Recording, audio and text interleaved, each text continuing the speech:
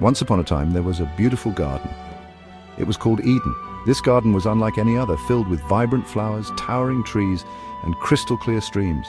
It was a paradise on earth, a place of perfect harmony and beauty.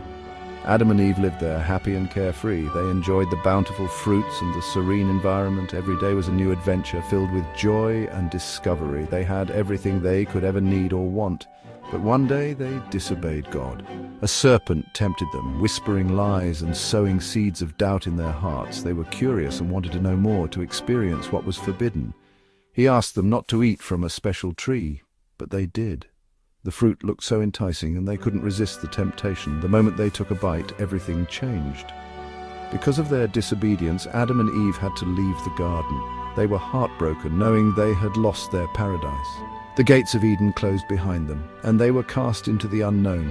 It was a sad day. The world outside was harsh and unforgiving. They felt the weight of their actions and the loss of their perfect home. Outside the garden, life was hard. They faced challenges they had never known before. The land was tough and survival was a daily struggle. Adam and Eve had to work the ground. They toiled from dawn till dusk, planting seeds and hoping for a good harvest. Their hands became calloused and their bodies grew weary. They faced thorns and thistles. The once gentle earth now resisted them, making their labor even more difficult. Every step was a reminder of their lost paradise. Yet they also experienced love. Despite the hardships, their bond grew stronger. They found solace in each other, and their love became a beacon of hope.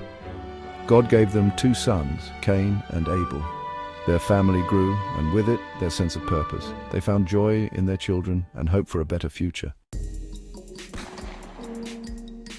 Cain, the firstborn, grew up to be a farmer. From dawn till dusk, he toiled under the sun, nurturing the earth and coaxing life from the soil. He worked the soil just like his father Adam, who had taught him the ways of the land. Abel, the younger, became a shepherd. He found peace and purpose in the fields, guiding his flock through pastures and protecting them from harm. He tended flocks of sheep, ensuring they were well fed and safe. The brothers lived different lives, but they shared a common faith. They believed in God and sought to honor Him in their daily lives. Each year they brought offerings to God, a tradition passed down from their parents. These offerings were gifts, a way to show their love and gratitude. They believed that through these acts they could express their devotion and seek favor. Cain brought fruits and grains from his harvest, selecting the best of his produce. He carefully arranged them on an altar, hoping to please God with the fruits of his labor. Abel too brought an offering. He chose the best lamb from his flock. With a heavy heart, he sacrificed the lamb on an altar. He watched as the smoke rose to heaven. God saw their offerings. He looked favorably upon Abel's sacrifice. The smoke from the lamb pleased him. But God did not look favorably on Cain's offering. The fruits and grains did not please him. Cain was furious. Anger burned in his heart. He felt rejected. He couldn't understand why God preferred Abel's offering. He grumbled and complained. God saw the anger in Cain's heart. He spoke to him gently. "Why are you angry? If you do what is right, will you not be accepted? But if you refuse to do what is right, sin is crouching at your door. It desires to have you, but you must master it." But Cain did not listen. Jealousy had taken root in his heart. He lured his brother Abel into the fields. He spoke to him with honeyed words, hiding the darkness in his soul. Then, when Abel was unsuspecting, Cain attacked. The ground drank Abel's blood. Silence fell upon the field. Cain stood there alone, the weight of his sin heavy on his shoulders. He had become a murderer, his brother's blood crying out from the ground.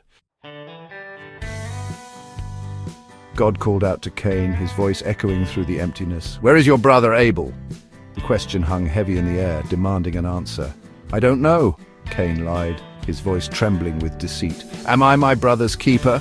he retorted, trying to deflect the divine scrutiny. But God knew what Cain had done. The truth was undeniable. He cursed Cain from the ground, the very earth that had soaked up Abel's blood.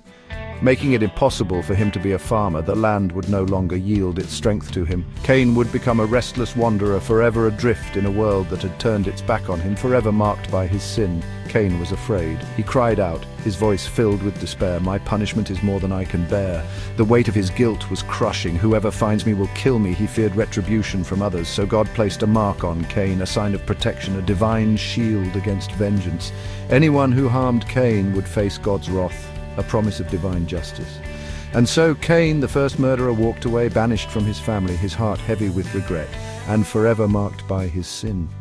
The mark on his forehead, a constant reminder of his actions. His story became a timeless lesson, passed down through generations, about the dangers of jealousy, the consequences of anger, and the destructive power of unchecked emotions, and the enduring power of God's mercy, a beacon of hope even in the darkest times.